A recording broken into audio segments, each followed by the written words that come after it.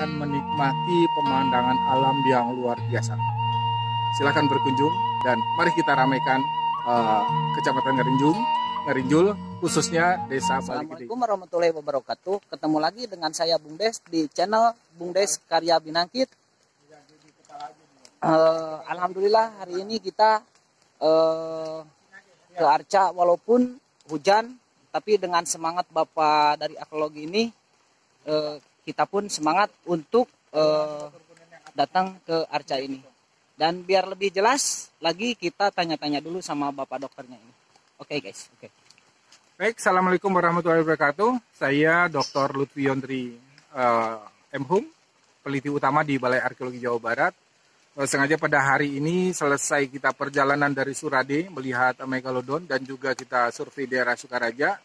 Kita mampir di Kecamatan Ngarinjul, di Desa Bali Gede. Di sini dilaporkan oleh masyarakat adanya temuan arca di atas bukit dengan lingkungan alam yang luar biasa.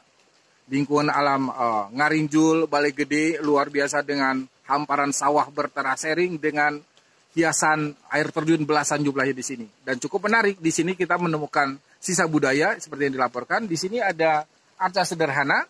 Arca sederhana itu merupakan bagian dari keberadaan masa lalu. Intinya pada masa lalu pernah berkembang punden berundak. Punden berundak itu hadir di masa prasejarah, kemudian berkembang ke arah masa klasik. Dan di sebelum masa klasik datang, arca-arca sederhana dihadirkan di atas punden berundak. Ini seringkali disebut dengan arca tipe Polynesia, satu bagian produk dari masa prasejarah pada saat masyarakat kita masih mengagungkan arwah leluhur pada masa lalu. Ya, rata-rata arca seperti ini diarahkan ke sisi timur, di mana arah matahari terbit. Bisa kita lihat semua di sini tinggalan ada di arca sederhana ini dengan lingkungannya, dengan bentuk yang sederhana menandakan satu babakan budaya yang pernah berkembang pada masa lalu di daerah ini. Mari kita lihat tinggalan ini. Oke guys, kita lihat dulu arcanya. 20. Dan inilah lagi ada pengukuran dari dokter.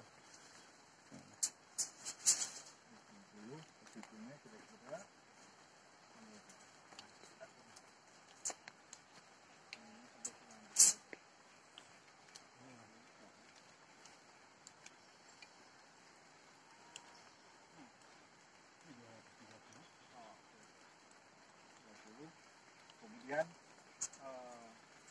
itu berarti yang lebih panjang ya.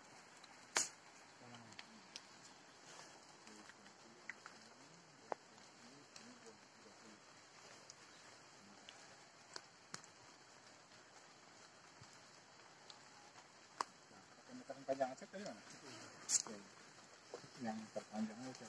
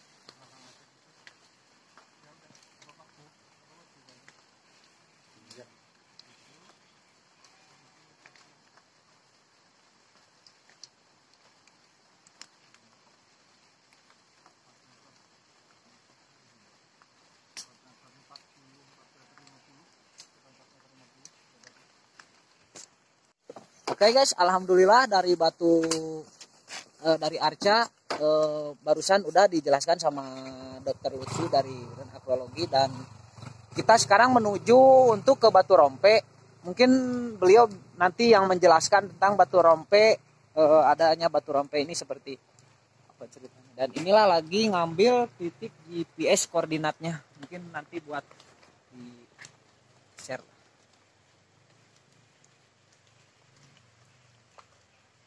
Lewat mana? Lewat situ Pak, ke sawah. Kalau saya bawa motor ke sana, jadi nanti nunggu di sana. Terus aja ada lewat ke sana.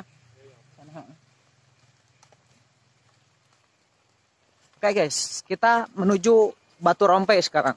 Dan kita nanti tanya lagi sama Dokter Lutfi ya. Oke guys, dan kita baru saja sampai yang dinamakan Batu Rompe. Batu Rompe, dan inilah letaknya batu-batunya seperti kayak gini. Dan kita di sini ditemani sama Bapak Kadus Kedusunan Miduana, nih Pak Oyom, dan ditemani oleh Bapak Sekdes Pak Rudi. Dan ada juga dari dokter dari arkeolog ini, mungkin bisa menceritakan tentang batu ini awal pertamanya gimana ini.